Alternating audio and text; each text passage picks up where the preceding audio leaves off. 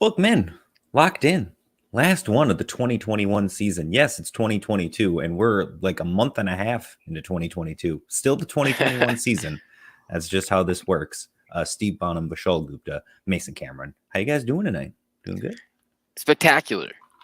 Yeah, happy to be here. Happy for the final game of the season, and yeah, let's get into it. It's the Ready to degenerates get in some Christmas. props, right? Yeah, exactly. Absolutely. All right, we're ready to go through this. So we're gonna break down player props. We're gonna break down the main spread and everything you need to know for betting the big game this weekend, essentially. So, any comments, questions, anything, put them in the chat there, as usual. And let's kick this off. Let's get through this, guys. So, opening right now, the spread is Rams by 4. And technically speaking, they are in their home stadium, but they're the road team. Is that, Vishal, do you think that's playing into this line at all here? Like you would normally say neutral site, they're a 4-point favorite, but really they're at home, right? Can you call this neutral site? I guess the only difference is that Cincinnati got to LA probably a couple days earlier than they normally would in a regular game week. But I can't imagine that would have too much effect. I don't think it has too much effect on the spread. The fact that Cincinnati is technically the home team. I think the only advantage they've gotten in this is that again they've just been in town a couple days earlier than they normally would. Right. Well, Right. because Yeah, I mean, typically it would be like, for example, if, well, even then, I mean, San Francisco's close enough, but had the 49ers won that game, like technically it's a neutral site for both teams at that Right. point. So then we would kind of get a true line. But here, because it's the Rams stadium, even though they're technically the road team, I don't know if that's playing into the line at all here. But I mean, the Rams are only 3.5-point favorites against what I think a lot of people would say is maybe a slightly worse San Francisco team than the Cincinnati team. So right. if you look at it that way, then you can definitely say that the fact that LA's at home isn't really playing too much of a factor in this line. Right. But 4-point favorites for the Rams, the total 48.5 in this one. And then on the money line, LA is getting a lot of the love here, minus 200 if you want to bet the Rams. But again, the Bengals have been the little engine that could this entire time. Jungle Joe has been riding that wave. Jungle Joe. One of my favorite stats, my fun stat of the week this week. You ready for this one? Joe is the second most popular name by a quarterback in the Super Bowl. Got Joe Montana, of course. Now you got Joe Burrow. The most popular, of course, is Tom, because Tom Brady played in 10 with his own only name. one guy though, just one guy, but that was enough. It was enough to do it. Joe Burrow, Joe Flacco, Joe Montana, but no, Joe Namath. That's more of a Tom Brady flex stat than a Joe Burrow flex stat. It's just interesting that it's one guy is the number one Right. first name. But there you go. So yeah, The more you learn. Do you guys give the Bengals a fighting chance here in this game? Like, again, I've said it all along. I think the Rams, top to bottom, are the best team in the playoffs. I thought they were the best team coming into it. I thought that they would get bit by the Chiefs here and ultimately lose a close game. But I had the Rams going all the way the whole time. They're the team I'm sticking with here to win the game. But maybe the Bengals complete this Cinderella story here. Yeah, I mean, I think that the points here isn't a completely like negligible value, especially with how the Bengals have played over the last month or two of the season. They've been hitting on all cylinders and really playing their best football recently, top to bottom. So they might not be as on paper a explosive and impressive team as the Rams may be, but they're definitely going to have a fighting chance, and that all starts with Joe Burrow under center for sure. I definitely think Cincinnati has a chance. I mean, what they've done in their last two games is just, you can't count them out. Burrow coming back from 9 sacks against the Titans and then coming back from that 18-point deficit against the Chiefs. I mean, there's nothing right now that can, you can say that would count them out. They can come back from anything, it seems like, at this point. So they definitely have a legit chance to win this game. Well, and again, not to steal your own argument, though. Like, you've been on it the entire playoffs, basically. The Rams are no stranger to throwing away games they should absolutely win. Yeah, that's kind of been your Rams argument this whole playoffs, Vishaal. So, I mean, that still stands true here. They could very easily come into this game thinking they've got it in hand and then completely throw it away and have a terrible game and a 4 interception performance by Matt Stafford in the biggest game of his career and cost him this game. Yeah, for sure. That's always an option. That's what I'm saying. Yeah, Cincinnati, you can't count them out. I definitely think they can win this game. I definitely think they can cover the spread. And Steve just jinxed our Super Bowl tickets right there. Thanks, yeah, Steve. he definitely Appreciate did. that. Sure. I mean, just why not? Thanks that one. I mean, I agree too. I think that there's a lot of key matchups that have been beaten to death throughout this week by the the media on this game, and I think it's really going to come down to the coaching, because you have 2 really good coaches, and you have one in Zach Taylor who, maybe he's not necessarily the actual coach of the year, but is going to win or did win or whatever, and he has to prove right now that he can go out and win with the roster that he has, that's actually very talented and that has some pieces that can match up with this Rams team if they design it right. Teams have been able to take away Aaron Donald this year. Jalen Ramsey's not necessarily a full-time travel corner, even though they're both the best players at the positions. This is what you can do to get around them. And other teams have kind of blueprinted that throughout the year. Now, if they can come out and execute and do that, they might be able to stick in this one and even win it. Like, we've been surprised that they've outright won the last few as dogs, and we might be surprised again come Monday morning. Yep. But again, like this just goes back to everything I've said about the Rams basically this whole way through. Is when you look at how the Bengals have really gotten here, they won a close, low-scoring game against Tennessee. Like they beat the Raiders, who, again, good on them for getting into the playoffs, but they really didn't deserve to be there. I don't count that as much of a victory. It was a game they really should have won, and they won at home. Then they beat the number 1 team on the road in a close game where Tennessee really was playing well. Their defense was strong, but offensively, Tennessee couldn't put anything together. Then they run into a really great offense in Kansas City. They give up 3 straight touchdowns to start the game, and then all of a sudden the defense puts on the brakes and is able to hold them. And not only that, but you're going up against a Kansas City defense that is weak in the secondary, that has been beat up at the linebacker position. Their D-line was still getting through to Joe Burrow, but they were able to exploit them down the field and gain yards through the air. So they're finding weaknesses on other teams. When you look at this Rams defense on every level, they're just stacked, and it's very difficult to find a flaw in the game that they have. So your best hope is basically that you get into a low-scoring game that you can somehow eke out on top. There's another one of those situations where I'll say, if you tell me the final score of the game is 19-16, I'll tell you there's every chance that the Bengals win it. But if this game turns lopsided or goes into a shootout, I think the Rams have a much better shot of holding on late. Yeah, agreed. Yeah. And one of the big reasons, like we just said, it comes down to the quarterbacks too, because Joe Burrow, we talk about that 9-sack Tennessee performance. Well, one of the reasons why a team would be able to win that game at all is because a guy like Joe Burrow is 3rd in the NFL in passing grade while under pressure. So it's one of those things that it's like, these guys do a lot with what they have, and they can really accomplish a lot. But this Rams team is stacked from top to bottom, just like you said, and it's going to be the hardest team that they've played in a long time, at least on the defensive side of the ball, for sure. And that's the other, note you mentioned too, right? It's the veterans, it's the guys who have been there, that are chasing a ring, that are trying to finally get over the hump in LA, against the young guys who are, this is all their first runs. This is them trying to get a ring when no one thought or expected them to be here. So you've got, Joe Burrow, who is the earliest a number 1 overall pick has ever been to a Super Bowl in just his 2nd season, going up against Matthew Stafford in his 13th year, the latest a number 1 pick has ever gotten to the Super Bowl. So it's age against youth over here, the vets going for it. So here's some parlays on all of these sheets I have here.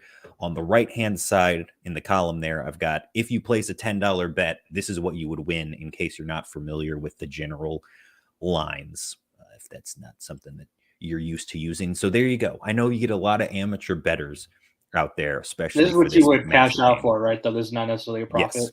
Yep. Correct.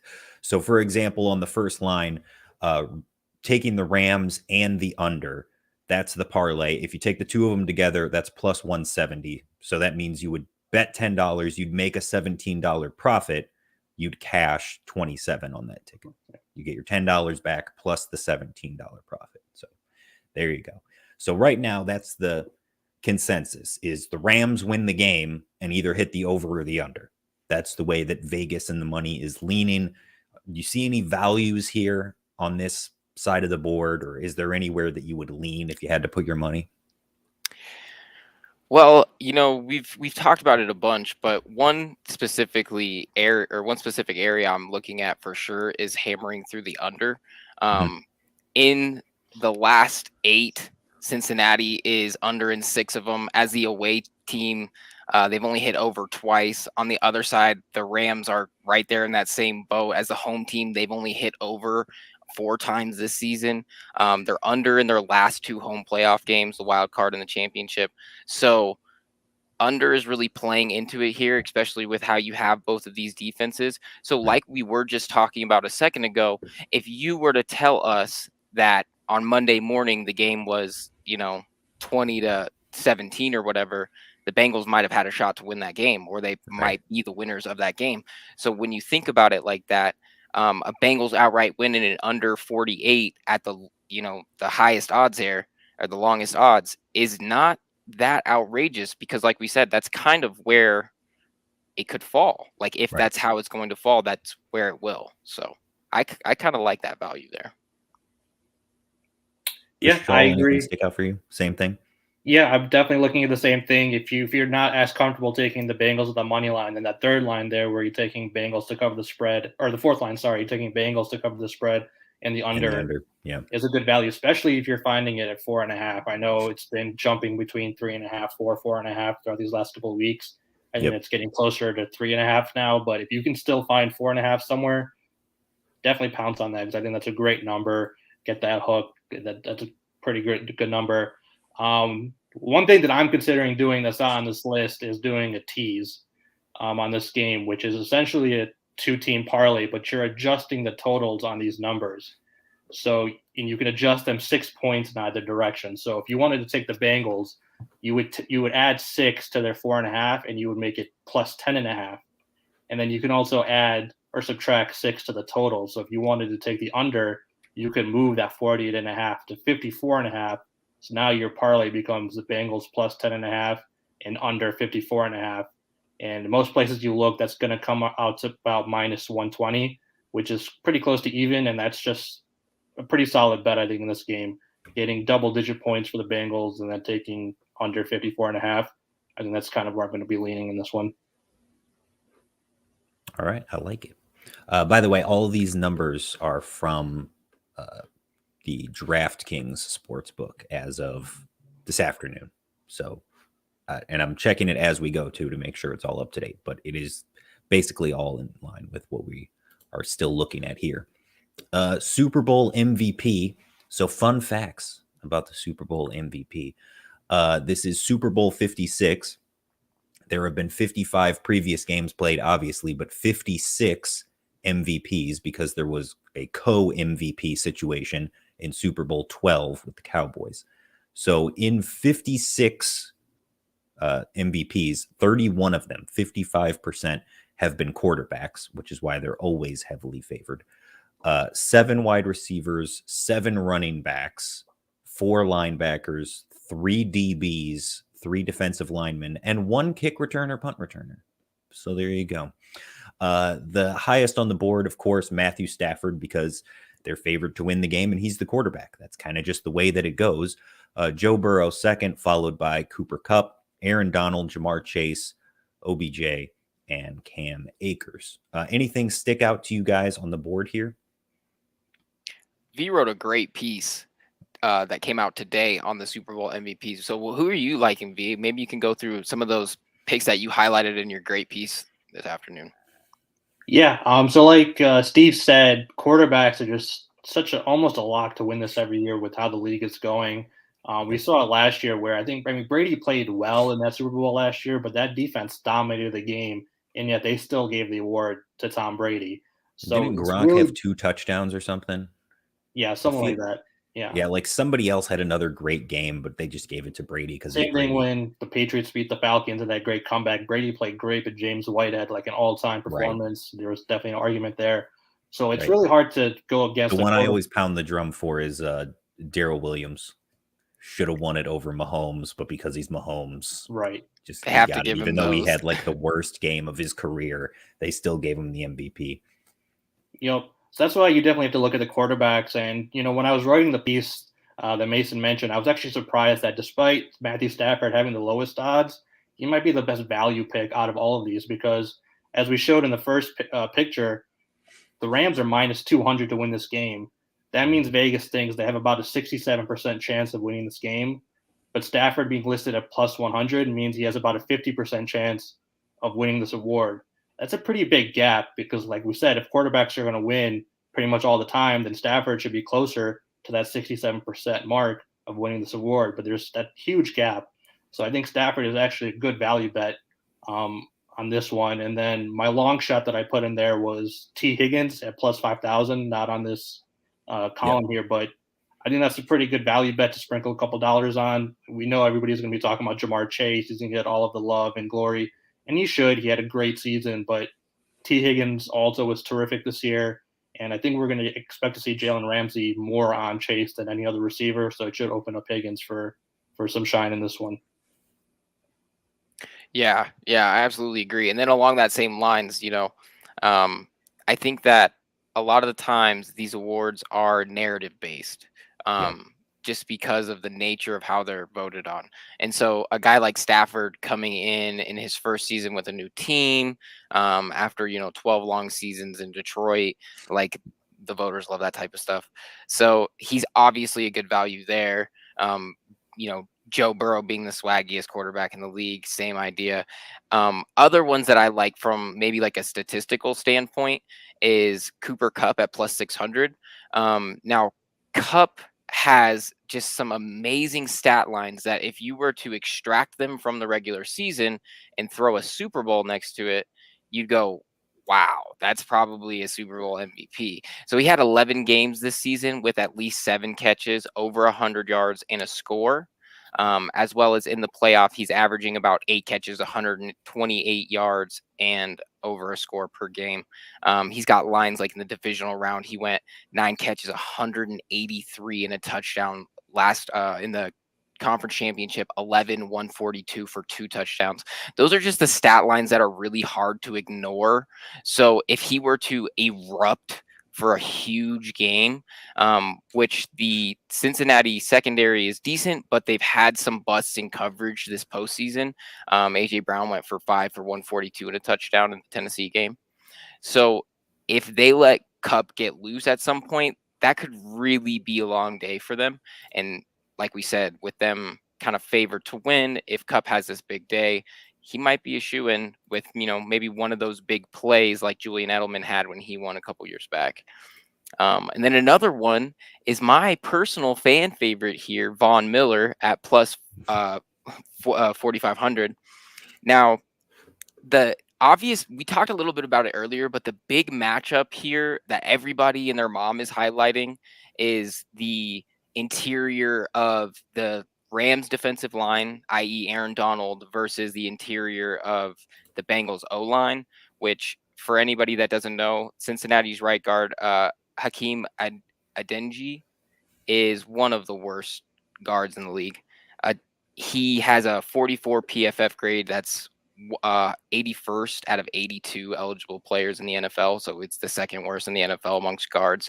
Aaron Donald, on the other hand, is an absolute beast and a monster, worthy of all the defensive players of the year every single year. His grade is a 93.5. That's the number 1 defender in the entire NFL. So with that being said, people highlighted that matchup, but that's an easy thing to look at. Both coaching staffs know this. So Donald is going to see a ton of attention, 2-3 guys at a time. It's going to leave one-on-ones on the outside, and that's where a guy like Von Miller will absolutely eat up. His matchup this week on right tackle Isaiah Prince, Isaiah Prince isn't that much better on the outside there with a 55 overall passing grade. So it is going to be a long day. Joe Burrow is good under pressure, but those are key matchups that could absolutely turn the tide. And when Von Miller won the Super Bowl MVP, he was that difference maker and made those big plays that turned the tide. And it could go the same way this year. Yeah, and I think that's the thing too. Like when you look at, you mentioned Julian Edelman a couple years back. Like part of the reason Edelman got that was because he made the spectacular catch, Right. and Brady had already gotten a couple MVPs at that point, so they kind of just gifted one to Edelman because they're like, oh well, Brady has already won so much, and he, without this one play by Edelman, basically this game doesn't go their way. So that's kind of how he fell into that. Something crazy has to happen in order for a wide receiver to actually end up winning the award. I feel like if Cooper Kupp has a regular Cooper Kupp type game, it's going to end up going to Matthew Stafford. Like we've talked about, it ends up being quarterback more often than not. So if it's on the offensive side of the ball, I always lean QB. If it's not going to be a quarterback, I lean towards the defensive side of the ball. And in this case, why not pick the best defender on the field, and Aaron Donald? Like you already mentioned, the fact going up against that banged up and not very good anyway offensive line of the Bengals. If he can get to Joe Burrow, like the all-time record is 4 sacks in a single Super Bowl. If he can get up to 3, hell, if he can get to 2.5, and they can just contain this Cincinnati team and it becomes sort of a blowout. I mean, that's typically when you see it. It's not the close games. The close games, the scales tend to tip towards the quarterback. But when you see the blowouts, like the Bears, you see the Ravens, the Seahawks, like when they get the lopsided victories that the defenses are having good games and the offense is going off and you just can't decide, like everybody on the offense is clicking, who do we give this to? That's when you can see a defensive player ending up with the award. And to me, I put down $10 on Aaron Donald to potentially win 170. I absolutely would be willing to do that. Yeah, like you said, the last 2 times a defensive player won this award was when the Seahawks beat the Broncos and held them to 8 points, and when the Broncos held the Panthers to 10 points. So if you can hold the other team to like 14, 13-ish points or lower, there's a good chance a defensive player can win this award. Yeah, and again, like we've talked about, it is consistently more often than not quarterbacks, but just going back through the list, like I already talked about, Tom Brady, of course, won it last year. That was the last QB to do it. Julian Edelman, who we've mentioned a couple times, won it in 2019. That was the most recent wide receiver, and that's the most recent non-QB to win it. You'd have to go back to Von Miller in 2016. That was the last linebacker to take home the award. Dexter Jackson in 2003. He was the last DB to win the award. TD, Terrell Davis, was the last running back to win the award back in 1998. Wow. Desmond Howard was the kick return, punt return guy for the Packers back in 97. And then if you want to talk about defensive line, we're talking about Aaron Donald, Richard Dent for the Bears in the 85 Super Bowl season. That was the last time a defensive lineman has won the Super Bowl MVP. So you're talking about a long time since anybody has actually done what I'm talking about Aaron Donald potentially doing. But again, best player on the defensive side of the ball, I think he's got a real shot at it for sure. Well, and I think another key thing for defenders too, which might even bring like Jalen Ramsey into play for this award, is that the last 2 defenders to win this award, Von Miller and Malcolm Smith, both had turnovers for touchdowns. So that changed the tide of the game. So, with a guy like Jalen Ramsey and how much of a ball hawk he is and how effective he is at his job, if he, cuts one, turns it over for 6, and like you just said, they keep it down to a low score game, he could even take one home. And I know that he's got pretty long odds down here too, so he might be worth sprinkling a few dollars on. 10,000 right now. So yeah, I bet. So that would be a fantastic cash if you could hit that one. So just going back to it positionally, like we've talked about, quarterback, obviously heavy favorite. If you just pick QB to win the MVP award, that's more often than not. But again, we're going back into the same thing we talked about. Wide receiver is the next most likely by their numbers, but historically speaking, that is technically true. It's just difficult to do unless the quarterback has already won it before, or you have some kind of spectacular performance or play that makes the wide receiver really stick out from what the quarterback has done the rest of the game. So to me, again, the defensive lineman or linebacker or even defensive back make a ton of sense. None of the tight ends in this game make sense to go for the longest odds at the position, but I'm steering clear of the quarterback because you're not getting enough value for me to want to pay into that. So if I'm going to make this bet, I'm going to parlay it and go Aaron Donald and defensive lineman and try to double down. Yeah, and I think just generally from a pure statistical standpoint, you only get 2 players at quarterback. You have like 3 or 4 at running back. I mean, at wide receiver, you have 7 to 8 players. D-line, you're probably having 8 to 10. Defensive backs, you're probably having 8 to 10. So just from a sheer numbers standpoint, you run a good chance of, maximizing your money by kind of sprinkling it out there on the on the ones that have more, have more skin in the game there. Yeah, a little more juice on it there. Yeah. All right, guys, let's get into some fun stuff here. This is what the people really came in here for. All the degenerate stuff. Coin tosses. That's right. Coin tosses. It's going to be unbelievable. We have to preface this, guys, that if you have a problem, call 1-800-GAMBLERS, okay? If you're going to bet a coin toss where you have to pay a 5-cent vig, you have to do more than call 1-800-GAMBLER. If you're going to bet the coin toss, here's all the information you need to know. You need to know, right? 55 games, 55 previous Super Bowls. It's been tails 29 times, heads 26. Numbers don't lie. The numbers don't lie. Oh, that's a 52% hit rate for tails. But according to BetMGM, right now 60% of the money is on tails because tails never fails. Right, because tails never fails, except for the 26 other times, right? I guess there's some juice on heads if you want it. Sure. It goes real deep there. We might be making fun of this being a coin toss, but of course we do have statistics for it. And one that I have here is that of the last 4, 3 have landed tails, or excuse me, have landed heads. So, you might as well. The tides are turning. You might as well go with the momentum. Because I think before you know it, because everything we know about sample sizes is that it always is going to regress back to that 50-50 split once the sample gets big enough. So we're just waiting on more coin flips, boys. It's 56, huge sample size. I love it. All right. Talking in a couple thousand years, then we can try to get back to right, exactly. So going even further, Bengals to win the toss and win the game, Rams to win the toss and win the game. Now these lines are also affected by the actual outcome. So they're kind of more in line with those results. I will give you this. Through the first 48 Super Bowls, the winner of the coin toss was 24-24. It was exactly split 50-50. However, the last 7 teams in a row to win the coin toss have lost the game. 7 consecutive years. That's amazing. It's something that you just can't make up. Like when I looked at that too and saw that, I was like, "You're lying." That's now the biggest superstition that you're gonna have every fan in the game that when the coin flip hits, they're gonna be holding their breath even more than just the degenerates that took the toss. So all time now, the winner of the coin toss is 24-31.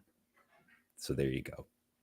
But again, really what you're saying is win the toss and win the game.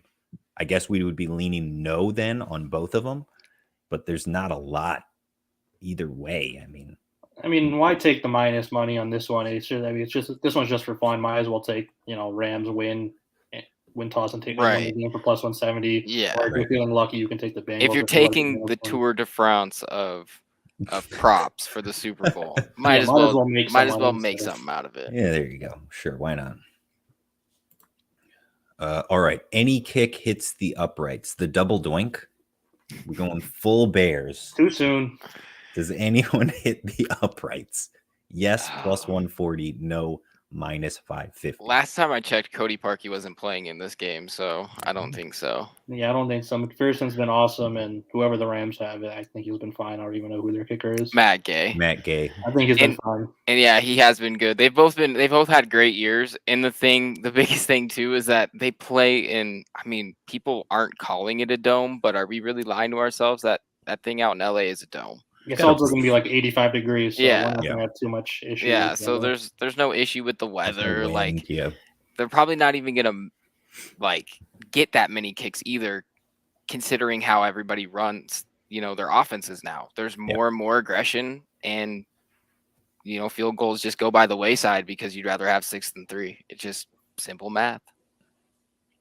All right, hold on. Let me double check that I've got this right because I feel like did I put that upside down? I want to make sure I've got this right. Let's see here. Okay, good. Yeah. I'm messing with my own head. I've got that flipped. Okay.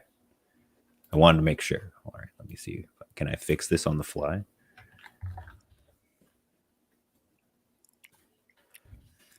Yeah, I think I know exactly what you're talking about.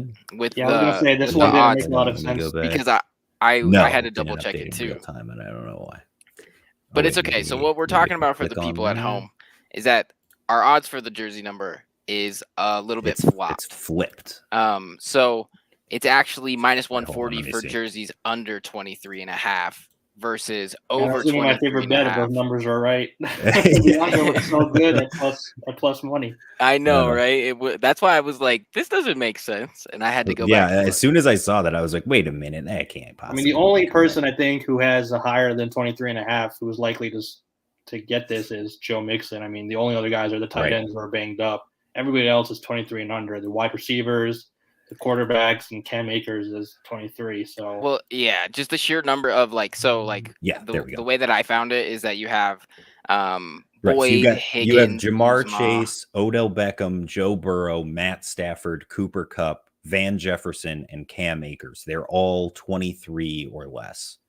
And then on the over, you've got Sony Michel, Joe Mixon, Tyler Boyd, and T. Higgins. Those are really your only options on the over. So overwhelmingly, it's the under. Right.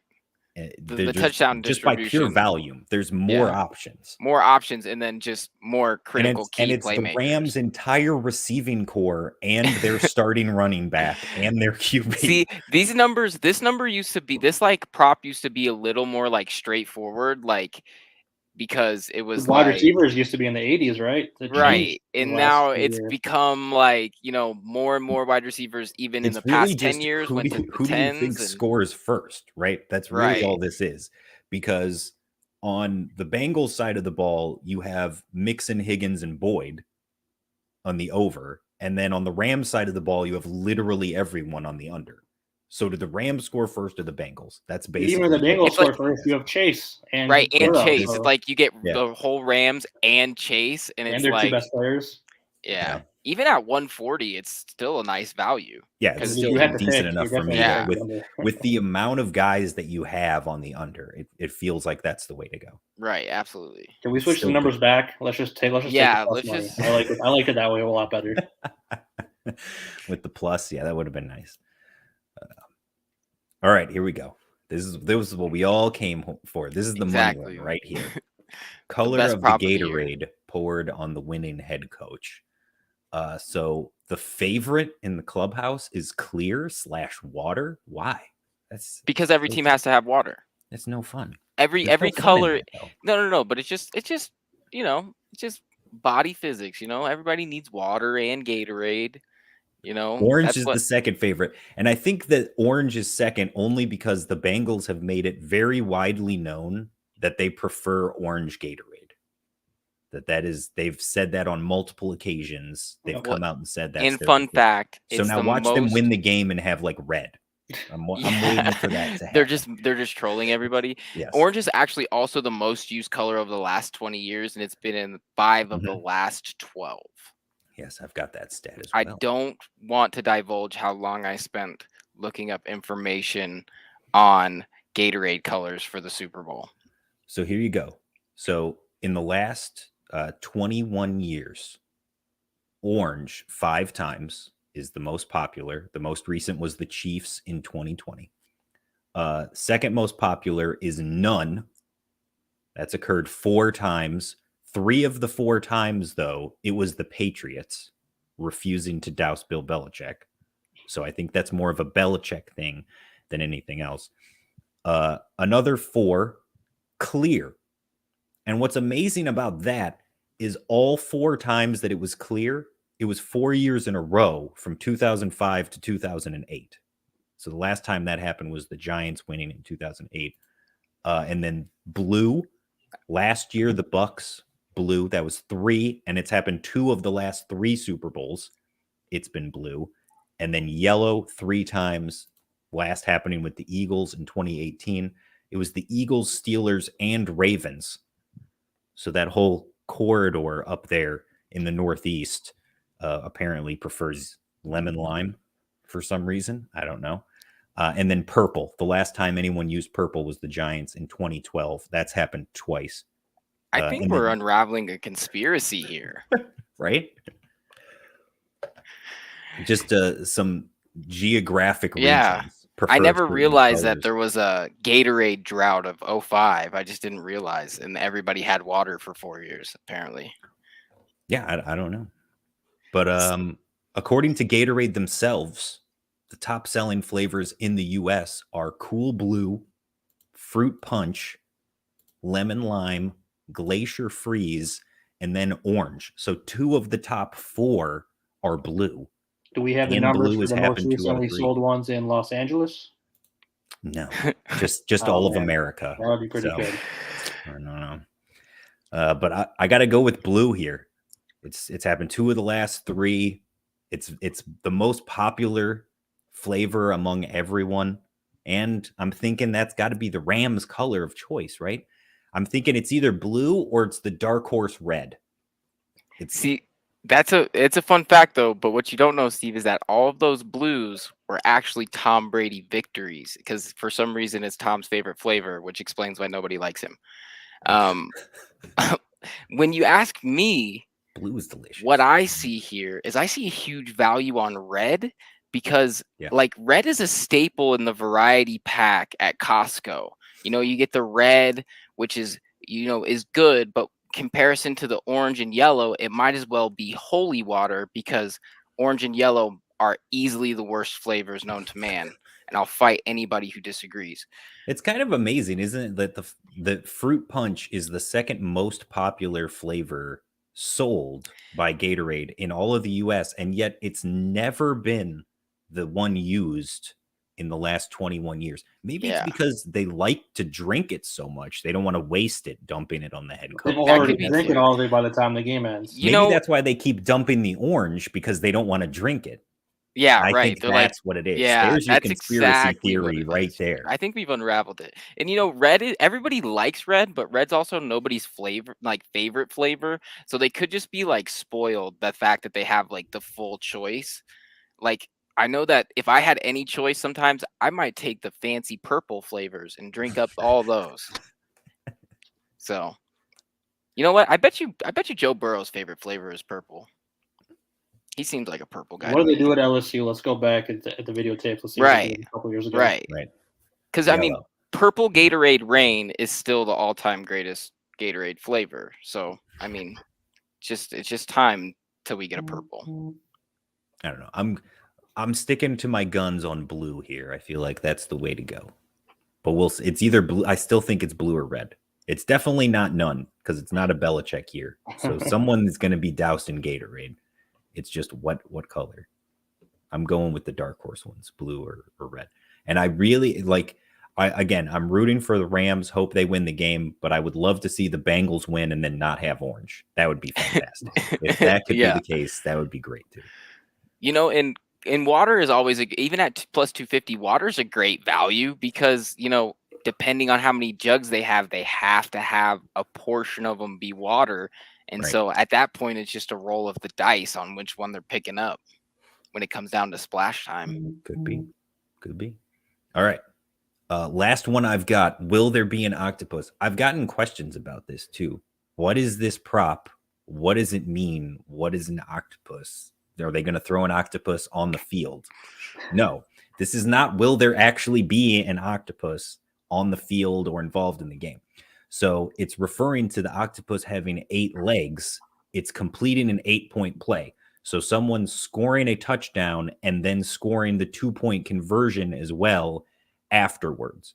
So since the 2-point conversion was introduced into the league in 1994, there have been 169 instances of someone completing an octopus, either in the playoffs or in the regular season. 6 players have done it this year: Michael Pittman, Danny Amendola, Amon-Ra St. Brown, Dalton Schultz, Mark Andrews, and Quintez Cephas.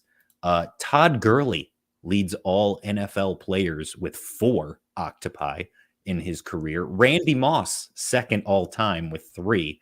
And the raw odds would say there's about a 2.1% chance, because there were 6 instances out of all the games played this year of an octopi actually occurring.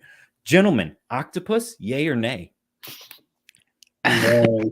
I'm doing thumbs down. I mean, no, but be, right? like, yes, because like we said, if we're gonna be taking it, we might as well go all in. Why not? Right? From a like $10 to win 150. Right, On and the, from on the off chance that it happens. Yeah, and like a statistical standpoint, especially like you if said, it like turns lopsided.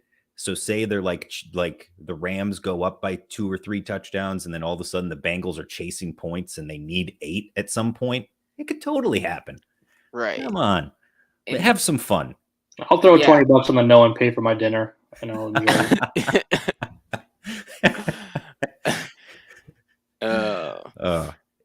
I mean, I don't know. I don't see a lot of 2-point conversions, to be honest, in this game. It's just these teams don't. We really just haven't seen these teams. Again, the only reason that you would it would even come up is if you're chasing points, you're down 2 scores late in the game. That's really your best bet of it happening. This isn't the Steelers when they go for 2 just for the sake of going for 2. Yeah, these aren't these coaches aren't like the most analytical when it comes to these kind of decisions. You know, when you're down 14, you're supposed to go for 2 when you score a touchdown. These 2 coaches aren't really like that, so it's going to be hard to come by a 2-point conversion in this one, I think. All right. Are there any props that we didn't have on the list there that you guys are looking at for this game? Well, you can catch all my player props that are going to come out here on Saturday right before the game. They're going to have a lot of good value there. Like we said earlier, V has all of his in-depth breakdown of his Super Bowl MVP props. Those are up on the site right now. And that should really do it for us all the way up until they crown a victor. So I think we hit all of them. Yep. And again, thank you for the entire season to our sponsors, Underdog. Promo code nonsense if you're not already signed up. If you haven't signed up for Underdog yet, what a perfect time to do it. They'll match your deposit up to $100 if you use our promo code nonsense. And for this weekend, for this game, the special bet is Joe Burrow over under 1 passing yard. So I'm going to go ahead and go out on a limb, take the over on Joe Burrow going over 1 passing yard. I'll have my complete picks in the chat here in our Discord. So again, sign up, patreon.com/importantnonsense. $3 gets you into the sports betting tier. You can get the content from these fine gentlemen over here, as well as everything that happens in our Discord. Follow along with all of our picks and keep up with us throughout the off season. We're going to be off here for a little while, about 2 months until we get back for NFL draft action. We've already got a lot of degenerates breaking down rookies that you've never heard of. So feel free to check all that out. And we've got all of our stuff running right now. We've got our new golf column going, and we've got our March Madness stuff working in the background. So yes, there's no more football, but we have lots of content out there for you people. So we're also going to be hitting USFL hard. So for all my degenerates out there, we've got stuff for you all off season. So don't worry. Stick it with us, and we're going to keep you winning you some money. 100%. If you love to be a degenerate, this is the place for you. So thanks to everybody for watching. We will be back next season. And until then, everybody enjoy the games.